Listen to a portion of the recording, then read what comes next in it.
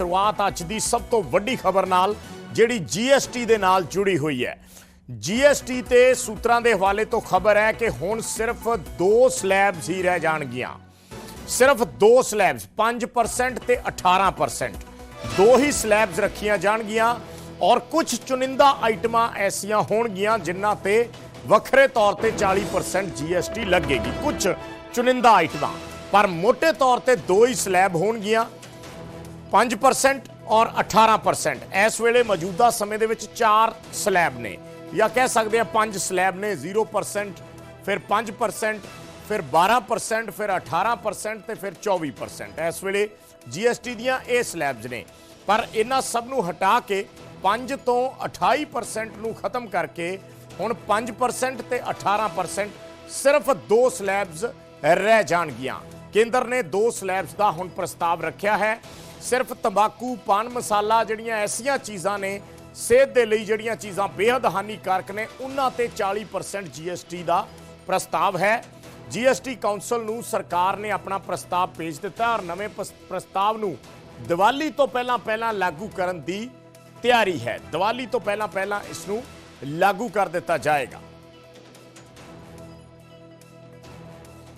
सो मौजूदा समय दे विच जिहड़ियां स्लैब्स ने वो 5%, 12%, उस तो बाद है 18%, फिर 24%। ये सारियां स्लैब्स मौजूदा समय दे विच ने और हुण इन्हां दे विच वड्डा बदलाव किया जा रहा है और इन्हां नूं बदल के जिहड़े इस वेले ताज़ा फल, सब्जियां, दुध, दाल, किताबां, सिक्ख्या, सेहत, इन्हां ते कोई जीएसटी नहीं हुंदी। जिहड़ियां सेवावां ने उस तो बाद जिहड़ियां पैक कीते होए जिहड़ी है चीज़ां हुंदियां ने, रेडी खाना, होर उपभोक्ता वस्तुआं जिहड़ियां हुंदियां ने घट प्राइस वालियां, फुटवीयर्स, इन्हां चीज़ां ते 5%, फिर प्रोसैसड फूड, घ्यो, मक्खन, computer, mobile phone, packaged goods, इन्हां दे 12%। बहुत सारियां जिहड़ियां कस्टमर गुड्स, सर्विस, साबन, hair oil, toothpaste, IT services, restaurant, इन्हां ते 18% है। और जिहड़े लग्जरी कारां ने, होर चीज़ां ने, इलैक्ट्रिक समान है, उन्हां ते इस वेले 28%। सो ये स्लैब्स ने। तो साडे सीनियर सहयोगी पलवी घोष जुड़े ने इसते होर जानकारी लई। पलवी, अभी इस टाइम 4 स्लैब्स का हम जिक्र कर रहे थे। अलग अलग जो प्रोडक्ट्स हैं उनके ऊपर 4 स्लैब्स चल रही हैं। अगर 0 स्टार्ट से छोड़ दें तो 5 से लेकर 28%। तो अभी जो 2 स्लैब्स का प्रस्ताव है इसमें कौन कौन सी चीज़ें आ जाएंगी और 2 स्लैब्स क्यों? देखिए, सरकार का कहना है कि 90% ऐसे आइटम्स हैं जो मिडिल क्लास, जो न्यू मिडिल क्लास जिसको कहते हैं, चाहे वो स्टूडेंट्स हो या महिलाएं हो, किसान भी हो या कुछ ऑटोमोटिव पार्ट्स हो, वो इन लोगों का इस्तेमाल करते हैं। जैसे अगर आप पेंसिल की बात करें या कुछ नमकीन के आइटम्स हो उनकी बात करें, टूथपेस्ट और हेयर ऑयल जिसका आपने जिक्र किया उनकी बात करें, उनका जीएसटी अब इधर 0 से 5% के बीच में लाया जाएगा। मतलब काफ़ी भारी कटौती की जाएगी। पहले 4 स्लैब होते थे, आपने बहुत डिटेल में जैसे कि आपने कहा, पहले 4 स्लैब्स होते थे, अब 4 की जगह सिर्फ 2 ही स्लैब्स होंगे। और 90% के ऐसे आइटम जो मिडिल क्लास के यूज़ किए उनको 0 से लेकर 5% में लाया जाएगा। कुछ ऐसे आइटम्स हैं जिसमें अभी भी 18% का रखा जाएगा। लेकिन सबसे इम्पोर्टेंट बात ये है कि जो सिन फूड जिसको हम लोग कहते हैं कि जो खतरनाक पदार्थ होते हैं जैसे टोबैको हुआ या पान मसाला होगा, जीएसटी के कानून के तहत 40% है मैक्सिमम रेट जो लगाया जा सकता है। तो इनमें 40% का मैक्सिमम रेट लगाया जाएगा। हाँ, सरकार को लगती है कि इससे शायद उनकी रेवेन्यू कम होगा, लेकिन उनको ये भी मानना है कि कंजम्पशन बढ़ेगा, यानी कि लोग खरीदेंगे और उससे जीडीपी में बढ़ोतरी होगी। ये एक प्रस्ताव है। ये प्रस्ताव जीएसटी काउंसिल की मीटिंग में भेजा जाएगा जो सितंबर या अक्टूबर में होगा। और सरकार की मंशा है, जैसे कि प्रधानमंत्री ने खुद कहा था कि दिवाली होते होते इसको एक अप्रूवल मिल जाए प्रस्ताव को और एक नया जीएसटी स्लैब को लागू किया जाए। इसका फायदा ये भी होगा, कहीं बहुत सारे आइटम्स में कटौती होगी तो जीएसटी के रेट गिरेंगे। दूसरी बात, जो ट्रेडर्स हैं, एमएसएमईज हैं, जो किसान हैं, उनको इस बात का बहुत मलाल या शिकायत रहती थी कि इतने हाई जीएसटी रेट के चलते हम लोगों को नुकसान हो रहा है, उनको भी फायदा पहुंचाया जाएगा। तो इसको लागू करने का प्लान दिवाली तक है, जैसे प्रधानमंत्री ने आज ऐलान भी किया था। जी बिल्कुल, जैसे रेड फोर्ट पे उन्होंने आज ये कहा था, तो टाइमलाइन बहुत साफ है। अभी सेंट्रल सेंटर से या वित्त मंत्रालय सब स्टेट्स के साथ बातचीत शुरू करेगी। प्रपोजल या प्रस्ताव उनके साथ शेयर किया जाएगा। और जैसे कि मैंने कहा, सितंबर अक्टूबर में जीएसटी काउंसिल की मीटिंग होगी, वहाँ पे ये प्रस्ताव रखा जाएगा। जीएसटी काउंसिल की मीटिंग में पारित होने के बाद इसको इम्प्लीमेंट किया जाएगा। दिवाली तक ये इनको उम्मीद है।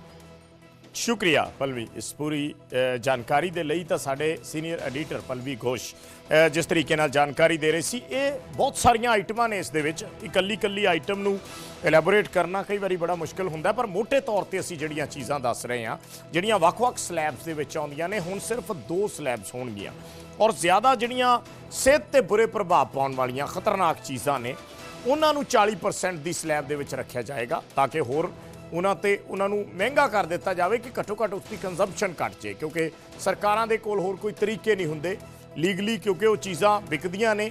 उन्होंने उपर वार्निंग जरूर लिखी होंगी है कि इंजूरीअस टू हैल्थ, पर फिर भी लोग उसनूं खरीदते हैं, सिगरेट पींदे ने, तंबाकू खांदे ने, पान मसाला खांदे ने, पर उन्होंने रेट इन्ने वधा दिओ। ये एक तरीका होंदा है कि उसकी कंजम्पशन घट जाए, किते ना किते लोग छड्ड जाण के इन्ना महंगा है।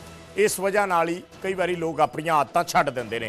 पर जिहड़ियां मोटे तौर पर जरूरी चीज़ां असीं रेस्टोरेंट दे विच जाने हैं, कुछ भी खाने पीने उहदे ते 18% GST लगदा है।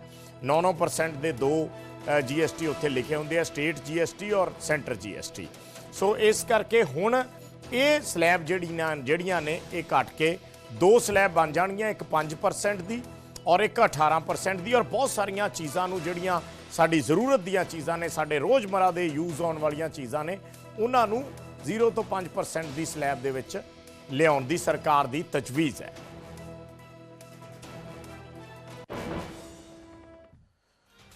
ते प्रधानमंत्री मोदी दा असीं तुहानूं बयान सुणाउने हैं। सवेरे जदों उन्होंने अज अपना 15 अगस्त ते संबोधन कीता सी, तां उस दे विच प्रधानमंत्री ने जिक्र कीता सी कि असीं दिवाली ते लोकां नूं GST घटाउण दा तोहफा देवांगे। रिफॉर्म लेकर के आ रहे हैं, ये दिवाली के अंदर आपके लिए तोहफा बन जाएंगे। सामान्य मानवीय की जरूरतों के टैक्स भारी मात्रा में कम कर दिए जाएंगे। बहुत बड़ी सुविधा बढ़ेगी। हमारे MSME, हमारे लघु उद्यमी, इनको बहुत बड़ा लाभ मिलेगा। रोजमर्रा की चीजें बहुत सस्ती हो जाएगी और उससे इकोनॉमी को भी एक नया बल मिलने वाला है। अगली वड्डी खबर ब्रेकिंग नंबर 2। हुण पुलिस मुलाजमां नूं नशा फड़न ते रिवॉर्ड मिलेगा।